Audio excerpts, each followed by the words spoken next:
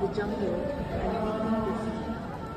To boost their energy, the females would sing a song while during the break time, local also serve as a refreshing beverage.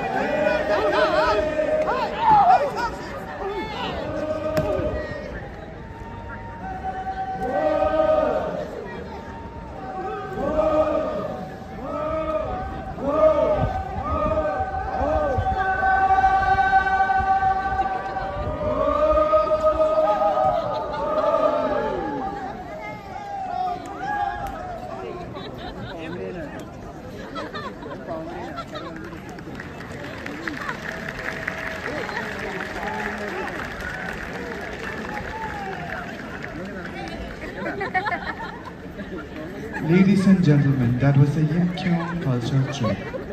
Up next, performing for us is a Zizan culture trip. In view of the 25th edition of the Hornbill Festival, every tribe will present their respective commemorative performance on different days. All the commemorative performances will be judged and the best performance will be announced and awarded on the 10th of December. This morning, the Zealand Cultural Troupe will be presenting to us their commemorative performance.